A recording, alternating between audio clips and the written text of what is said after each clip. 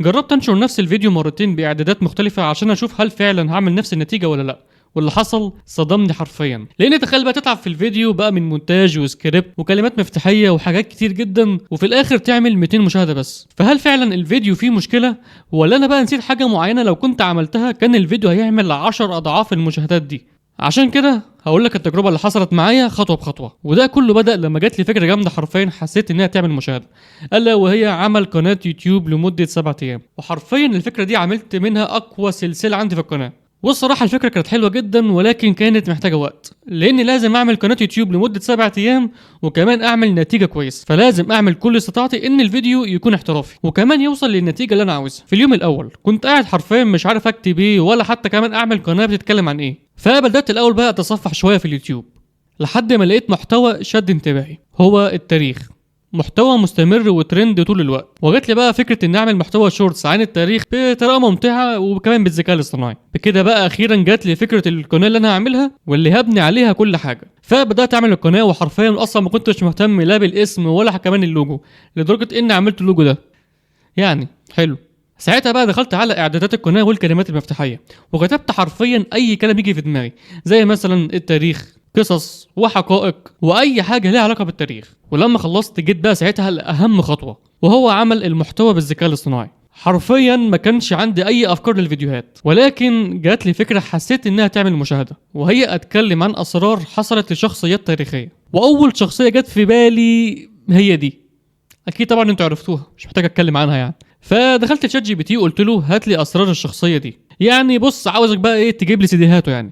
وفعلا جاب لي اسرار انا حرفيا ما توقعتهاش، زي مثلا ان هو كان بيخاف من الطيران، معرفش ازاي. والسر بقى اللي حرفيا صدمني وهو اصلا ما كانش الماني. وحرفيا بقى كان انا بالنسبه لي كان لازم اتاكد من الخبر ده، لان حسيت ان الفيديو ده ممكن يعمل مشاهده. فبحثت على جوجل وكان فعلا مش الماني، كان نمساوي. فدي حاجه اول مره اعرف عنها يعني. ساعتها بقى قررت اعمل اول فيديو في تحدي القناه، وخليت شات جي بي تي يعمل السكريبت الاول فيديو هنزله. بعدها اخيرا عملت الصور بالذكاء الاصطناعي، وفي حرفيا مواقع كتير جدا بتحول الصور او الكلام لصور، زي مثلا ويسك اي وده خاص بجوجل. في مواقع كتير جدا زي نانو بنانا وجوجل جيميناي. ففي حرفيا مواقع انا مش محتاج ان انا اشرح عنها لانها سهله جدا وكمان مجانيه. وكمان عملت صوت بالذكاء الاصطناعي من موقع 11 لابس.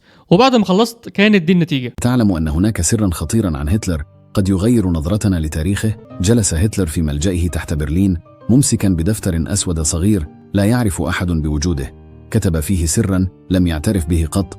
أمي لم تكن كما قالوا، كانت من أصل يهودي. دمائي التي أنكرها هي ذاتها التي حاربتها. فنشرته في القناه، وبعد يوم حرفيا كانت دي النتيجه. بس الاول ما تنساش اللايك والاشتراك عشان ده الصراحه بيساعدني جدا. المشاهدات كانت كويسه كبدايه، وده خلاني اقول فعلا ان التحدي هينجح واقدر اعمل مشاهدات كويسه، وده اللي حصل حرفيا. تاني فيديو نزلته في القناه عمل 5000 مشاهده، وتالت فيديو عمل حرفيا 89,000 مشاهده. والفيديو كان عباره عن سر خاص باينشتاين. انا صراحه ما توقعتش انه هيوصل بالسرعه دي. والفيديو اللي بعده عمل 26,000 مشاهده، واخر فيديو في التحدي عمل 11,000 مشاهده، يعني بمجموع كلي اكتر من 150,000 مشاهده، وقدرت اوصل ل 300 مشترك. فانا كده بالنسبه لي الحمد لله قدرت انجح في التحدي الخاص بالقناه. ولكن لازم بقى اعمل الفيديو الاساسي الخاص بالتحدي اللي انا هنزله في القناه الاساسيه عندي. ولكن بقى لازم اعمل سكريبت الفيديو، وكمان اعمل المونتاج والصوره المصغره وحاجات كتير جدا. حرفيا طلع عيني في الفيديو، وحرفيا الجهاز كان بيضيع مني وعمال لي يهنج بطريقه غبيه جدا.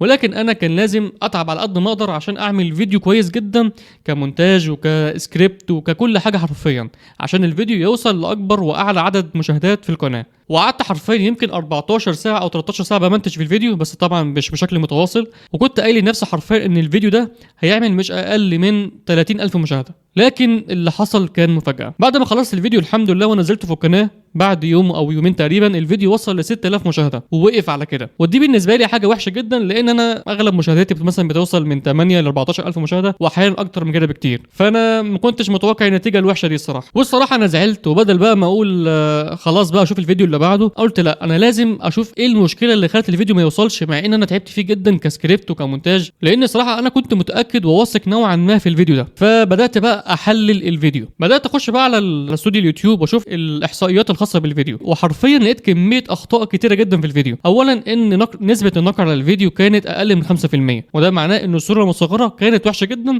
عشان كده نسبه المشاهده قلت. وتاني حاجه بقى ان نسبه مده المشاهده كانت قليله جدا عن المعتاد، وده بسبب ان الفيديو كان 5 دقايق بس، ويمكن اقل من 5 دقايق كمان. وفي حرفيا حاجات كتير جدا حسيت ان هي سبب ان الفيديو ما يوصلش ويعمل مشاهده، فبدات اعدل على الفيديو، بدات امنتج تاني، وبدات ازود شويه حاجات مثلا في التحدي. مثلا بدات ازود في السكريبت واتكلم اكتر، وازود مده المشاهده من 5 دقايق لاكتر من 7 دقايق. يعني الفيديو كان 8 دقايق بالظبط. ده غير كمان ان لازم اظبط الصوره المصغره واخليها احسن من كده بكتير.